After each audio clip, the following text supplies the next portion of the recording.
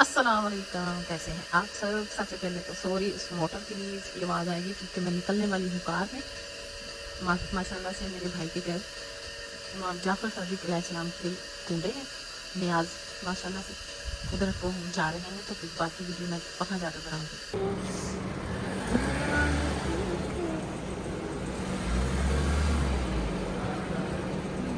सो बड़े यार ली चलानी आती हो ना चलानी अच्छा अच्छा समीर तेन आती ना चलानी गड्डी वेले ही पता लगे किधर हो गया है अल्लाह ना करे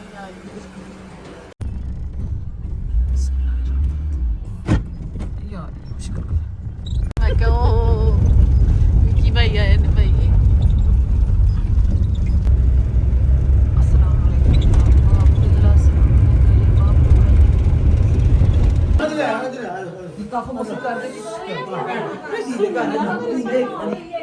हेलो वसीम साहब जी तारा भाई कैसे हैं। हाँ जी बाजी मैं काफी दूर हुई बर्थडे की। वो आपका पोता वो है आपके पास, आप उसको मिलें, आप उसको प्यार दें और अल्लाह पाक आपको इसी साल इसी टाइम मेरी दुआ कबूल फरमाए। अल्लाह आपको मिले। इलाही आमीन इलाही आमीन। बहुत ही प्यारी बर्थडे की है माशाल्लाह से। इतनी महंगाई में मटन में आपने सब ये आपका पोता आ गया। राजू राजू चलो बेबी हेलो बेबी जय राजू चलो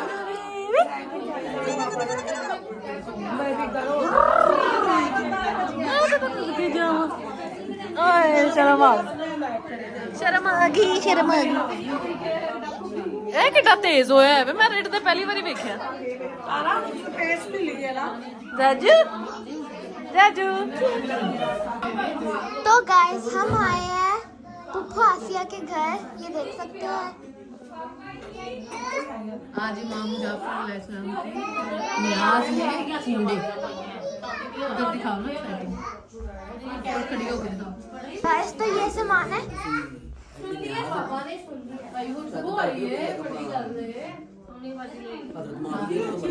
ये देखें गाइस। तो ये सारा राजू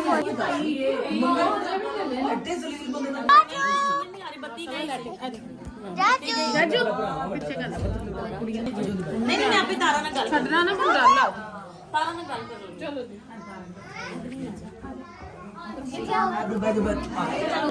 काली बना के मीना खास रखा है प्यारी लाना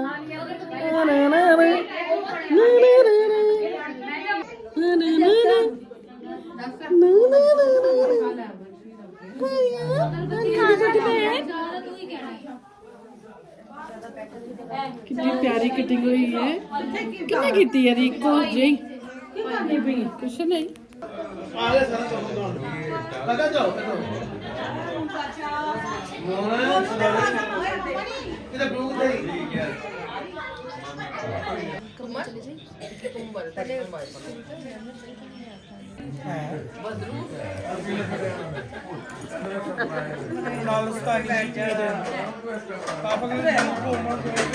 सच्ची मुच्ची हो ना नाज़िल हुई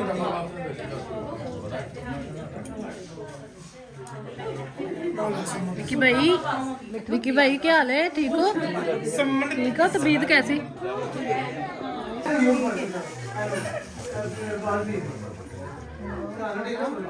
हमें आता पानी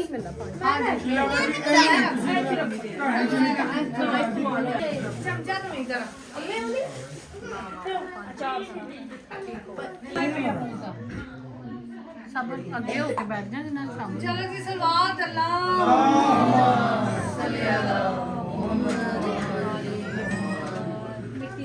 थल्ले आई हो सारे और सिर कजरा हलवा हलवा चाहिए बस ठीक हो गया ए वाला ग्लास पूरे साइड पर हलवा उधर ते पूरे रखो आहो अच्छा ए साइड ते रख लिया मैं पाओ पीछे करो पाओ पैर पीछे करो बिस्मिल्लाह को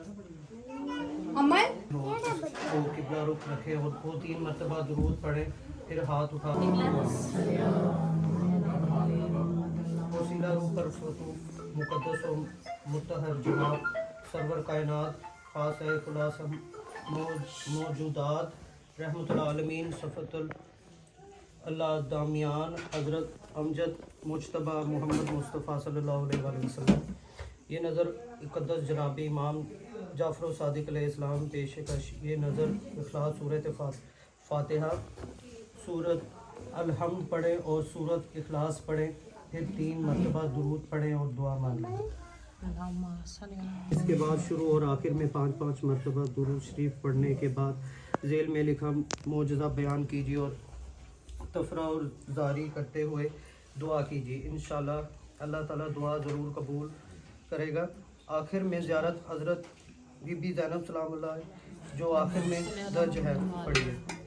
मौजज़ा किसी शहर में एक लकड़हारा नहायत मुफलिस और नादार रहता था। वो मुसीबत ज़दा हर रोज़ जंगल से लकड़ियाँ काट कर लाता और फ़रोख्त करके बमुश्किल अपना और अपने बच्चों का पेट पालता था। इफलास से तंग आकर एक रोज़ इसने बीवी से कहा कि बराए रोज़गार बाहर जाता हूँ, अजब नहीं कि परवरदिगार रहम फरमाए और हमारी मुसीबत दूर हो। ये कहकर लकड़हारा माश की तलाश में दूसरे शहर गया, लेकिन बदकिस्मती से वहाँ भी तकदीर ने साथ ना दिया। हर वक्त दिल में सोचता कि कुछ पैसे हो जाएं तो अपने शहर जाऊं और बाल बच्चों की खबर लूं, लेकिन कुछ ना हो सका।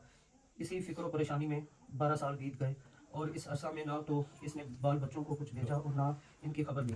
लकड़हारा की बीवी अपने खावंद के चले जाने के बाद कुछ दिनों तक इसी फिक्र में रही कि मेरा खावंद खर्च भेजेगा, लेकिन जब इसने अरसा तक खबर ना ली और इस बेचारी पर फाके गुजरने लगे तो लाचार होकर इसने वज़ीर के महल में जारूब कशी की नौकरी कर ली और अपना और अपने बच्चों का पेट पालने लगी। एक रोज़ लकड़हारी ने जवाब में देखा कि मैं वज़ीर के ख्वाब में देखा कि मैं वज़ीर के महल में झाड़ू दे रही हूँ कि यकायक मोड़ा आका आए। इमाम जाफ़र सादिक आपकी तरफ मुतवज्जा होकर फरमाया कि आज क्या तारीख है और कौन सा महीना है। सहाब ने अर्ज़ किया, या मौला आज शब 22 रजब उल मुरज्जब है। तब हज़रत ने अपनी ज़ुबान कि कोई शख्स कैसी ही मुश्किल में मुब्तला हो, किसी ऐसी सख्त हाजत ने परेशान कर रखा हो, जब दस्तूर सवासील मैदा की पूरियाँ पका कर कूड़े में रख कर हमारे नाम की नज़र 22 रजब अल मुरज्जब बवक़्त नमाज सुबह दिलवा कर हक सुबहान अल्लाह ताला की दरगाह में हमारे वास्ते से अपनी हाजात तलब करे। जब जिन वक्त ख्वाब में लकड़हारी ने हज़रत का ये कलाम सुना, उसी वक्त बसदक दिन नज़र करने की नियत की और 22 रजब अल मुरज्जब को बवक़्त नमाज से फारिग होकर उस नज़र को मुवाफ़क़ हुक्म जनाब इमाम अलैहिस्सलाम के पूरा किया। अब जरा लकड़हारी के शोहर का हाल सुनिए। यहाँ तो 22 रजब अल-मुरज्जब को बवक़्त सुबह ये जरा लकड़हारी नज़र इमाम अलैहिस्सलाम दिला रही थी और वहाँ लकड़हारा दरख्त पर चढ़ा हुआ लकड़ियाँ काट रहा था कि इसके हाथ से कुल्हाड़ी छूट कर ज़मीन पर गिरी और उसने जो कुल्हाड़ी को निकाला तो दफीने का शबा हुआ और उस जगह को उसने खोदा तो मालूम हुआ कि शाही खजाना दफन है। उसने इस वक़्त को उसकी उसी तरह पोशीदा कर दिया, फिर थोड़ा थोड़ा लाता रहा और सामान सफ़र तैयार करने लगा और सारे दफीना को निकाल कर बड़े कर फ़रोख़्त से आज़म वतन हुआ। अपने रहने के लिए एक आलीशान मकान बनवाया और अपने बीवी बच्चों के साथ आराम से ज़िंदगी बसर करने लगा। एक रोज़ लकड़हारी ने अपने खावन से सरगुज़श्त बयान की। जब उसने महीना की तारीख और वक्त बताया तो वही वक्त और वही दिन था जब लकड़हारे को दफीना मिला था। लकड़हारा भी सदक दिल से ईमान ले आया। एक रोज़ वज़ीर आज़म की बीवी बाला खाना पर खड़ी हो हुई खवाखोरी कर रही थी। उस वक्त एक आलीशान मकान नजर आया। उसने अपनी कनीज़ों से दरियाफ्त किया कि ये किसका मकान है। कनीज़ों ने बताया कि इस लकड़हारे का, जिसकी बीवी यहाँ जारू कशी पर मुलाजिम थी। ये सुनकर वज़ीर आज़म की बीवी ने लकड़हारे की बीवी को बुलाया और मुफस्सल हालात दरियाफ्त किए। उसने तमाम हाल बयान किया, लेकिन वज़ीर आज़म की बेगम को उसने मौका पाकर बादशाह से वज़ीर आज़म की चुगली की कि इसने गबन किया है, हजूर आला जनाब इसे तलब फरमाए। बादशाह ने उसी वक्त वज़ीर आज़म को बुलाकर हिसाब तलब किया। वज़ीर आज़म सही हिसाब ना दे सका, चनाचा बादशाह गजबनाक हो गया। वज़ीर आज़म का सर नजर आया। बादशाह अपने बेटे का सर देकर रोने लगा और हुक्म दिया कि रात भर वज़ीर को कैद में रखो, सुबह को इसे कत्ल कर देना। वज़ीर आज़म और उसकी बीवी जेल भेज दिए गए। वज़ीर आज़म ने अपनी बीवी से दरियाफ्त किया कि ये बात अभी तक मालूम ना हो सकी कि हम पर नागहानी मुसीबत कैसे आ गई, कौन सा गुनाह हमसे ऐसा सरजद हुआ जिसकी सज़ा भुगत रहे हैं। इस पर वज़ीर आज़म की बेगम ने लकड़हारे का किस्सा मिनौन बयान का और हुक्म हज़रत इमाम जाफ़र सादिक का यकीन वज़ीर आज़म ने अपनी बीवी से कहा, इससे बढ़कर और क्या खता हो गई? तूने इमाम जाफर सादिक के हुक्म को झुटलाया। तौबा कर, इमाम का फरमान दुरुस्त है। अलगर्ज दोनों रात भर करिया वजारी के साथ करिया वजारी के साथ ते रहे। शहजादे ने शिकार से वापस आकर बादशाह की कदम बोसी की। बादशाह ने शहजादे से दरियाफ्त किया, ए नूर चश्म, तुम इतने अरसा तक कहाँ रहे? रुमाल सर को भी तलब किया, जिसमें बजाय तरबूज के शहजादे का सर नजर आया था। उस रुमाल को खोल बादशाह से मुताजुब हुआ और वजीर आजम से दरियाफ्त किया कि क्या मामला है। वजीर आजम ने जो किस्सा अपनी बीवी से सुना था मनोमन बयान कर दिया। खुदावंद आलम जिस तरह वजीर आजम और लकड़हारे के दिन फिरे, मोमिनीन के दिली बर आए। आमीन सुम्मा आमीन। अल्लाहुम्मा सल्ली अला मुहम्मद व अला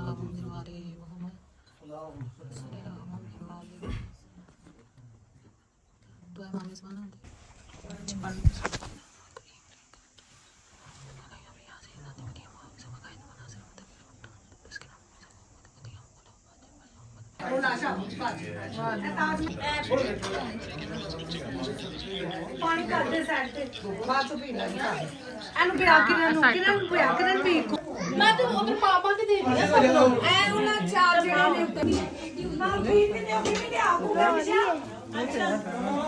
ਆਲਾ ਕਿ ਵੀ ਬਾਹਰ ਦੇ ਇਕੱਠੇ ਦਾ ਵਿੱਚ ਅਰਬਾਜ਼ ਕੇ ਅੱਲਾ ਲੋਕ ਮੇਰੇ ਮੰਮੀ ਅੱਲਾ ਲੋਕ ਮੇਰਾ ਘਿਓ ਲੈ ਹੱਥਾਂ ਨਾਲ ਫੜ ਲੈ ਮਾਰੇ ਆਏ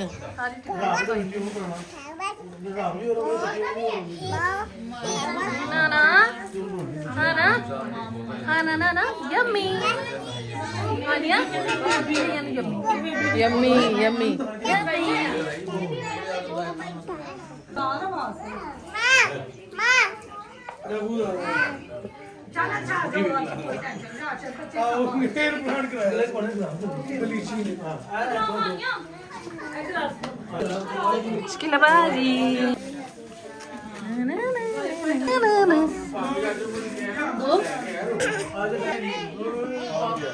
ਨਿਹਾਲ ਕਿੰਨੇ ਸਾਲਾਂ ਦੀ ਤੁਰ ਲੱਭੀ ਇਹ ਵੀ ਝਾਕਾ ਦੀ ਇਹਦਾ ਕਿੰਨਾ ਲੰਮਾ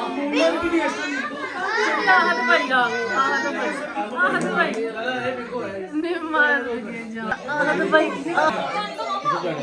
आहत वो देखो हानिया क्या कर रही है। हानिया अम्मी चाबी अम्मी चाबी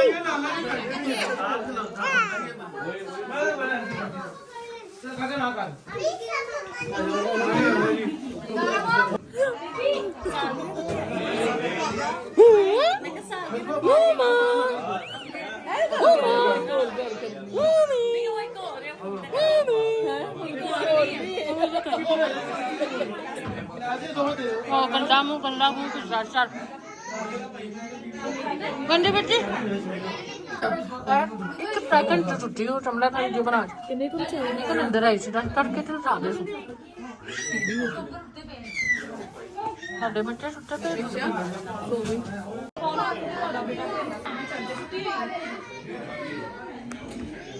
हां ओए नहीं करो भाई ओ मैं ओ बेटा मिल टूर के मेरे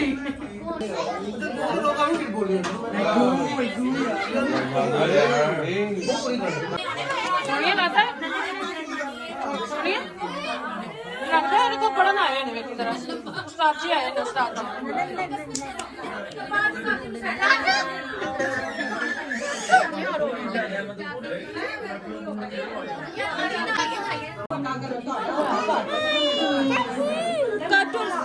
चलो पोइम भी सुना चलो पोइम सुना दो पोइम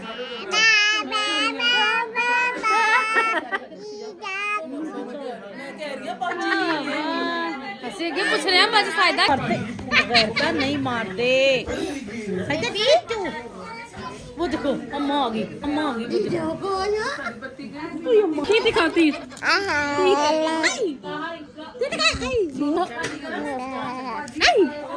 तीर दिखा दो चलो ये लो तीर दिखा दो ये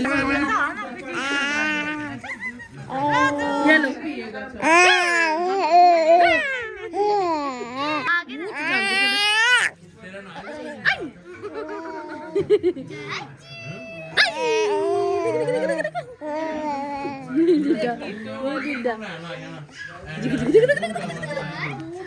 ਚੱਲ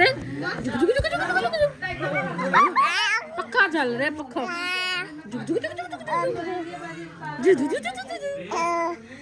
ਆਈ ਅੰਮੀ ਜੀ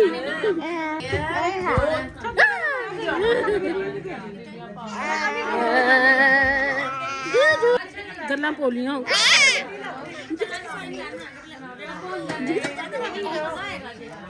दंती दिखाओ दान तीत दिखाओ तीत ओ एक तीत आ गया लो जी ताहार एक अलीश एक बिच्छू गाएगा बिच्छू गाएगा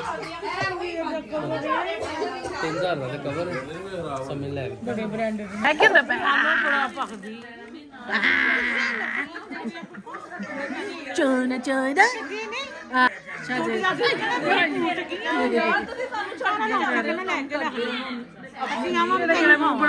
वो कहते अपनी गली में आ गया हूँ किधर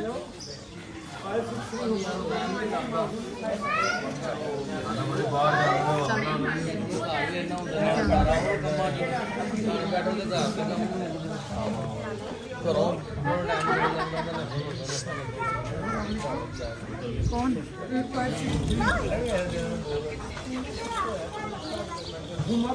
शहरी आपका भी चैनल है ना हाँ मैं भी जा रही हूँ अब करो ओए शहरी क्या नाम का है आपका चैनल मेरे चैनल का नाम हाँ। अभी तो मैं नहीं बना रहा वैसे मेरा चैनल का नाम है वो तो बोल या सब मैं इतनी हिट हो गई हूँ कम से कम 300 तो हो ही जाएंगे तो okay bye bye bye bye मेरे भाई के घर के साथ वाला जो घर है माशाल्लाह से कितना प्यारा आलम लगाया हुआ है माशाल्लाह मेरी सिस्टर का घर ये है साथ ही मेरे काबू भाई के घर के साथ अगली गली में और यहाँ से आगे शॉप्स है और घर बाजी का है और हम ये चाय पीते आ रही है देखिए और चाबियां मेरे पास होती हैं आपके घर की आपके पास नहीं चाबी ये ले ये अमर हाल होया है बाजी 3 इडियट्स ने